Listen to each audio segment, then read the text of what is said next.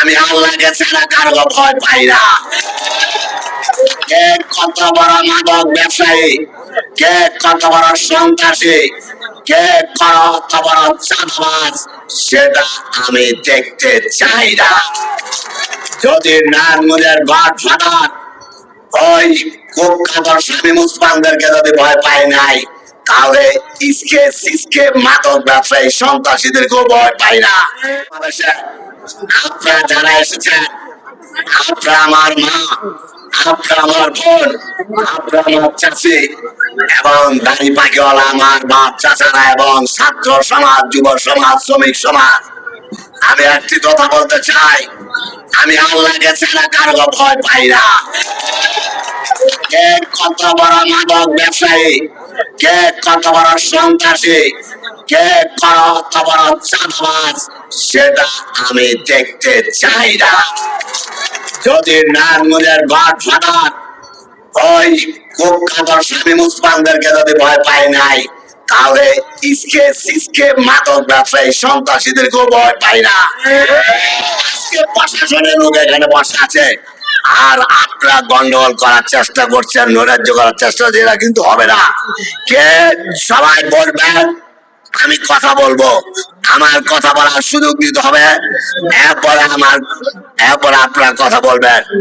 কথা হলো, আজ থেকে এই জিমখানায় কোন মাদক ব্যবসায়ী থাকতে পারবে না।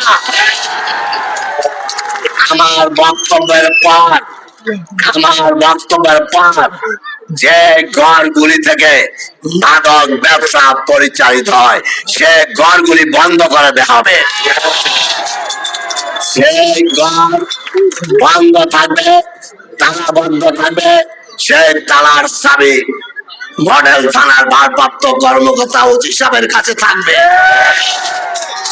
আর যদি জিমখানার কোন যুব সমাজ, কোন মা, কোন বোন, কোন চাচি, কোন বাবা, কোন ভাই ওই মাদক ব্যবসায়ীদেরকে সহযোগিতা করেন বা সংশ্লিষ্ট থাকেন, তাদেরকে ছাড় দেওয়া হবে না। আজ থেকে এই জিমখানা মাদক মুক্ত, চাঁদাবাজ মুক্ত, দখলদারি মুক্ত, সন্ত্রাস মুক্ত ঘোষণা করা হলো। আমি শুধু এদিকে বলতে চাই, আমি শুধু সমাজকর্মী নয়, আমি একজন রাজনৈতিক কর্মী নয়, আমি আইন শৃঙ্খলার একজন কর্মী।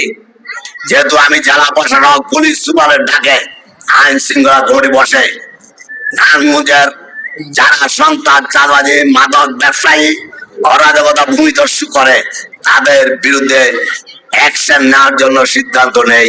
তাহলে এই জিমখানা থেকে আমি একটু পিছপা হব না।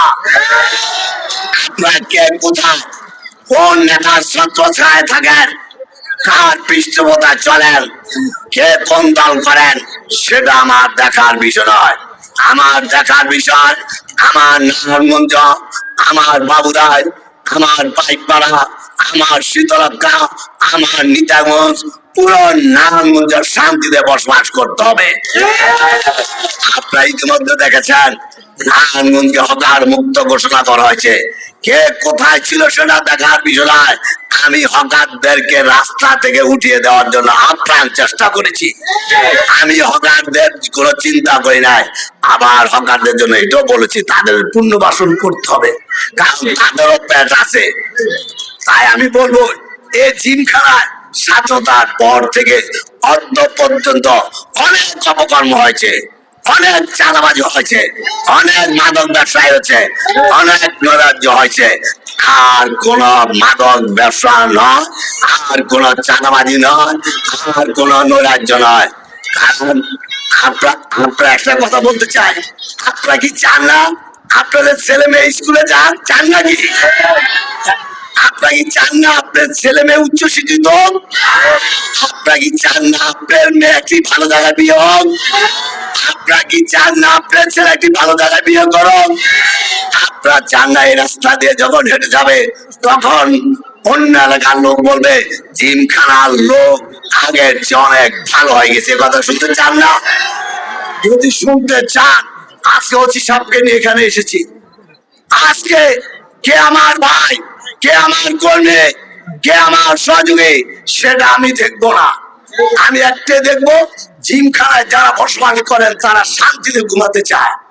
আমি একটা দেখবো এখানে কোন শিশু যেন মাদকাসক্ত না হয়, কোন ছাত্র যেন মাদকাসক্ত না হয়, কোন চাঁদাবাজি যেন সৃষ্টি না হয়, কোন ছিনতাইকারী যেন এখানে আশ্রয় না পায়।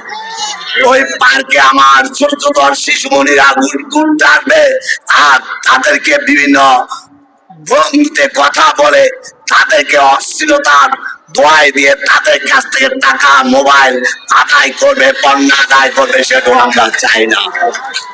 আমি শুধু এটুকু বলতে চাই, এই জিমখানায় যারা ব্যবসায়ী আছেন আপনারা ভয় পাবেন না, আপনারা এই জিমখানা বাসীর পাশে থাকবেন।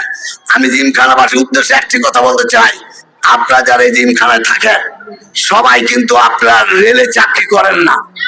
আপনারা রেলে যারা চাকরি করে তারা কোয়ার্টার পেয়েছেন, তাদের থেকে আপনারা ভাড়া নিয়েছেন বা লিজ নিয়েছেন। আমি বলতে চাই আপনারা যদি এই জিমখানাকে মাদক মুক্ত না করেন, চাঁদাবাজি মুক্ত না করেন, ভূমি দখলদারিত্ব মুক্ত না করেন, চিন্তা মুক্ত না করেন, আমি বাধ্য হব আমি যোগাযোগ মন্ত্রীর মাধ্যমে প্রত্যেকটা কোয়ার্টারকে ভেঙে দেওয়ার জন্য আমি ব্যবস্থা করব। আর যদি আপনার শান্তিতে থাকেন, যদি চাঁদাবাজ মুক্ত এলাকা দেন, যদি সন্ত্রাস মুক্ত এলাকা দেন, মাদক মুক্ত এলাকা দেন, যদি চিন্তাই মুক্ত এলাকা দেন, আমি আপনাদের এই কোয়ার্টারকে পাহারা দিয়ে রাখবো। অতএব ওসি সাহেব, আমরা যে তালিকা দিব এই তালিকা অনুযায়ী আপনি ব্যবস্থা নেবেন।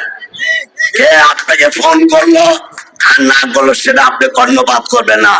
আজকে মিটিং শেষে আমি যে 11টি ঘর চিহ্নিত করেছি সে 11টি থেকে 12টি ঘর সবাই মালপত্র নিয়ে বের হয়ে যাবেন। রাত্রেবেলা অন্য এলাকায় থাকবেন, রাত্রেবেলা অন্য এলাকায় থাকবেন, আর দিনের বেলা এখানে এসে মাদক ব্যবসা করবেন, সেটা হবে না, হবে না, হবে না।